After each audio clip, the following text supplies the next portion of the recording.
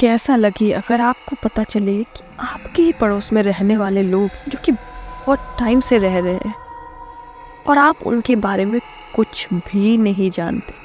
वैसे तो बड़े शहरों में ये बहुत आम बात हो गई है कि सब फ्लैट्स में रहते हैं, एक दरवाजे के अंदर क्या चल रहा है दूसरे वाले को पता नहीं, यहाँ तक कि एक दूसरे का नाम भी नहीं जानते हैं। लेकिन कुछ कुछ घरों में ऐसे राज छिपे हुए होते हैं जो जब सामने आते हैं तो दिल दहला देते। काला जादू बहुत गांव में प्रचलित है। आसाम में मायूंग नाम का एक जगह है जो पूरा गांव ही काला जादू के लिए प्रसिद्ध है। वैसे ही एक और जगह प्रसिद्ध है काला जादू के लिए, बंगाल। नमस्ते आप सभी को, आज नए कहानी के साथ वापस आई हूँ और कहानी को कहानी की तरह ले, सच्चाई इनमें ना ढूंढे।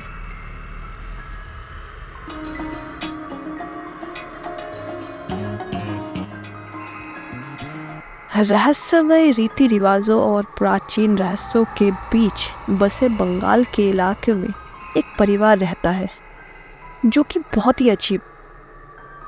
चावल, राशन, इन सब का, मसालों का, इन सब का दुकान है उनका। छोटा सा है, इतने ग्राहक भी नहीं आते हैं उस दुकान में। जैसे जैसे दिन बीतते गए परिवार की किस्मत में अचानक ऐसा मोड़ आया। उनके साधारण दुकान फले फूले हुए, देखते ही देखते नया दुकान खोल लिया उन्होंने और बहुत सारे ग्राहक भी आने लगे उनके दुकान में। उनके अजीब बर्ताव की कानाफूसी लोगों के बीच होने लगी। उनके मन में कई सवाल उठ रहे थे कि अचानक ऐसा क्या हो गया है। परिवार की बड़ी बेटी जो कभी घर के आंगन में बैठी दिखती थी, अब बहुत दिनों से दिखाई नहीं दे रही थी। सवाल उठने लगे तो उन्होंने बताया कि बड़ी बेटी अपनी फर्दर स्टडीज पूरा करने के लिए दिल्ली गई है। सवाल उठते रहे लेकिन आगे सवाल करने की किसी को हिम्मत नहीं हुई, क्योंकि परिवार ही कुछ ऐसा था, ना किसी से बातचीत करते थे, अपने में ही लगे रहते थे, तो सबको एक डर सा रहता था उनसे बात करने में। फिर एक रात गांव के सन्नाटे में एक अजीब सी आवाज गूंज उठी। अगले दिन कोई जवाब नहीं आया। कुछ पता नहीं लग पाया कि आखिर वो आवाज कैसी थी। केवल एक बेचैन करने वाली शांति थी और जो परिवार के आसपास मंडरा रही थी। जैसे जैसे दिन हफ्तों में बदलते गए, छोटी बेटी बहुत दिनों से नजर नहीं आई। इस बात को नज़रअंदाज नहीं किया जाता। पहले बड़ी बेटी, फिर छोटी बेटी। आस पड़ोस में बातचीत एक बार फिर शुरू होने लगी। कैसे न कैसे ये अफवाहें माता पिता के कान तक पहुंची। इस बार भी मम्मी ने ऐसा ही कुछ एक्सप्लेनेशन दे दिया। बड़ी बेटी के ना होने से बोर हो जाती है, इसलिए वो अंदर ही खेलती है। ज़्यादा देर नहीं हुई थी इस बात को। परिवार के घर के आसपास एक रात को एक ऐसी सड़ी हुई बदबू हवा में तैर रही थी, मानो किसी को भी घर में टिकने ना दे।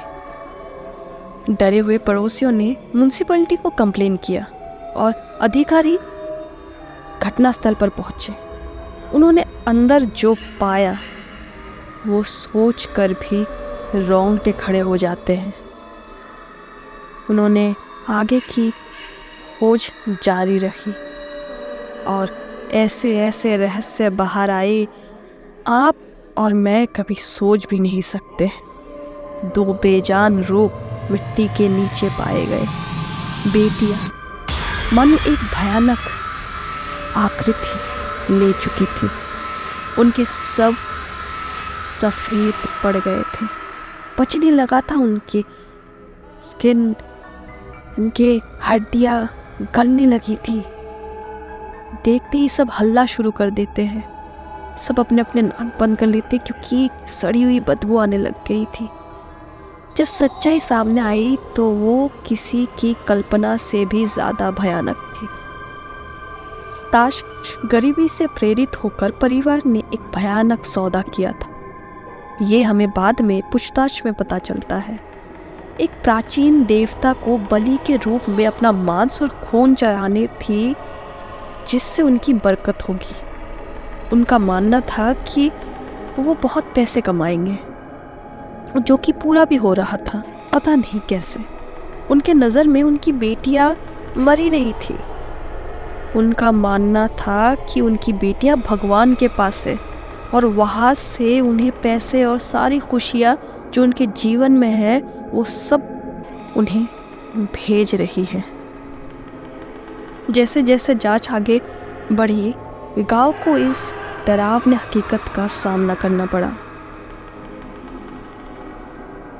कभी कभी हम ऐसे चीज़ मानने लगते हैं जो सच्चाई नहीं होती है उसमें, लेकिन जीवन के उस मोड़ पे होते हैं जब नहीं माने बिना भी नहीं रह सकते हैं।